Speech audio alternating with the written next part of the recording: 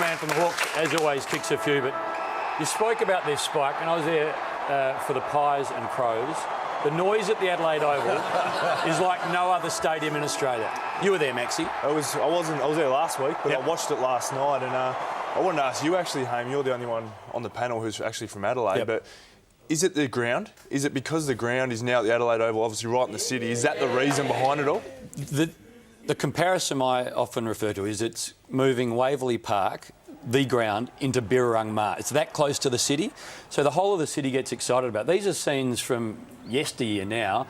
I mean, it's the same football side, and this is yesterday. They come in droves. It's become a destination. It's become a weekend out. People are flying to Adelaide to go to what is a $553 million redevelopment. They haven't played AFL there other than that one round a few years ago. It's just outstanding. Did you enjoy it there? We really enjoyed it, and it's a very different ground to play on. It's a lot skinnier than the MCG, so it's a lot. I mean, the way they play it and the more confidence they're going to get from playing it over and over again, it's going to make it even harder to play against, which is a scary thought for everyone else. Let's go to Port versus Hawthorn. 1 versus 2 last night at the Adelaide Oval. Massive crowd in. Port now 5 from 5 at the Adelaide Oval. Well, the Hawks absolutely undermanned, but in the end, Port Maxi by 14, and they are looking like a side that can go deep into September. They are, mate. You see Chad Wingard here, All-Australian last year. Looked like Willy Wonka there, just handing out candy. He's been unbelievable, and just continued his form from last year as a genuine small forward. But Port Adelaide, early on, they just slowly crept ahead. It wasn't a dominating quarter here or there. There wasn't a huge run of goals. Jordan Lewis, he was unbelievable, stepping up. Without Mitchell around, he was the one who ended up getting tagged by Kane Corns in the last quarter because he was so good. But Pollock, we looked at him and spoke about whether he is the recruit of the year. He's been huge for him, gives him great outside run. And Hawthorn just kept coming. Just when you thought it was all over, this man again, Jordan Lewis just kicked another goal, kicked a couple in the third quarter just to drag them back.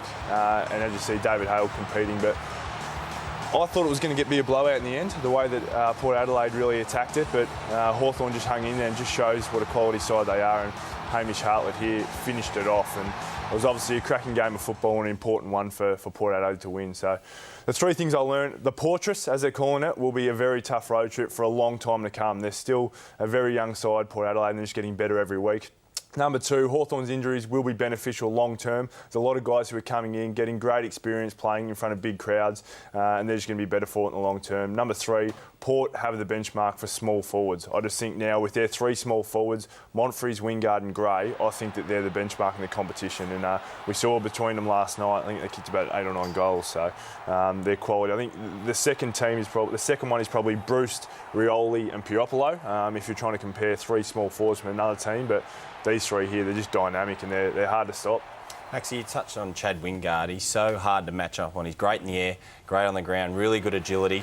And he's a player that doesn't care too much about what goes on in AFL footy. He just concentrates on NBA and doesn't worry about what's going on. He's a unique player, isn't he? Apparently he just watches his own highlights and that's it. That's the only footy he watches. So I'd be happy to watch my own highlights if they look like that too. Yeah. You touch on that, but apparently he doesn't know anyone's names from the opposition. He's only just getting to know who Ken Hinkley is. Spot on. He's an amazing player, and I think his ability to be able to win in close and dish out to a player that's sort of not in his vision is quite amazing. And Port sent, I think, a couple of psychologists to Murray Bridge to chat with him because there was some concern that he wasn't up for AFL football, so he went 6. He should have gone 1. I mean, you say that now, but he's extraordinary. Oh, unbelievable. And he's only 20 or 21. Already best and fairest, already an All-Australian, just in his 3rd year. Phenomenal stuff. Port's pressure has been a lead all year. I'm assuming the same this week. It was, yeah. Just around the ball. They were outstanding. I think because they're so fit, they've spoken about their fitness publicly and we've seen it in the way they've run out last quarters, but they just keep backing up and they get the 2nd and 3rd player to every contest all the time. And obviously they do a lot of work on their tackling, and as you can see here, 2 guys tackling, and we saw that all night, and that's something that Hawthorn are very good at as well when they've got the guys like Rioli and Mitchell in the team who weren't there last night.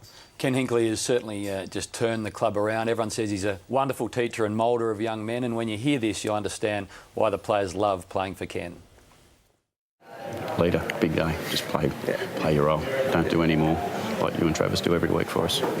Just stand up, run them as hard as you can run them, and then see if they can hang on. Yep. Right. Good. Thanks, mate. To really control the back half, because they're going to do a fair bit of stuff that if Ruffy was there and Cyril was there, might not be what's going on.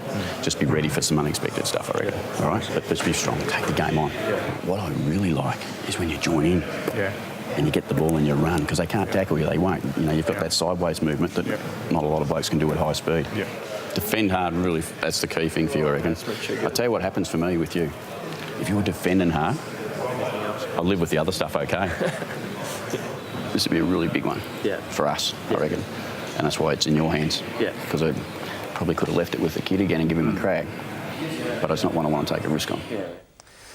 He's had a remarkable football journey. There's a great story that Andrew Mackie, who played in 2 premierships when Ken was an assistant coach, sent a text message to Keith Thomas, who was the CEO of Port, and said, "You're not considering him for the coaching role. You must, and if you meet him, you'll give him the role." That's how much the players who have played under him love him. And he was not going to even coach Port. He had enough of being overlooked. He wasn't going to apply for the job. I think what you see there is a person that's great at player management as well. He really knows how to turn his players on before the game and in a calm manner, and outlines your role clearly. And I think that's all you ask as a player, don't you? And it's really strong message. Certainly modern day coaching now, isn't it? It's that player welfare, being able to understand how to get the best out of them rather than the rah-rah-rah that you saw 20 years ago. It's a psychology thing now. There's also one for the opposition last night. We know Hawthorn have had a lot of injury worries, but there's a little bit of a worry on McAvoy. He was in a contest, as you see here, and they're saying corked hamstring, so hopefully that's all it is, but he ended up getting subbed out at half time, so they don't want to lose another one, particularly someone as important as him being their number 1 ruckman.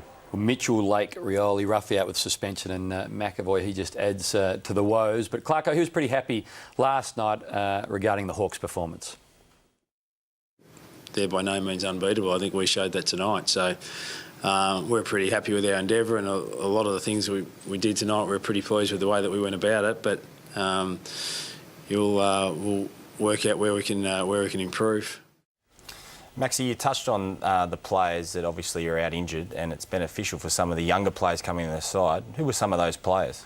Probably Hallahan was one that stands out to me over the last month. I think he won the VFL Brownlow medal, the listed last year. So they spent a lot of time in the twos in the VFL with Box Hill, the Hawthorn players, and they come in, they're just ready to go and they're desperate to play. So Hartung's another one. Segler will come in, and if that McAvoy injury is serious, he'll play a lot more in the ruck. So I just think long term, all these guys are getting games. They're playing in front of 52,000 people, and you can't hear a thing. You can't even yell to 20 metres to a teammate because they can't hear you at Adelaide Oval the way it is at the moment. So it's a great experience for them, and it's going to help them should they get all those senior guys back in the back half of the year.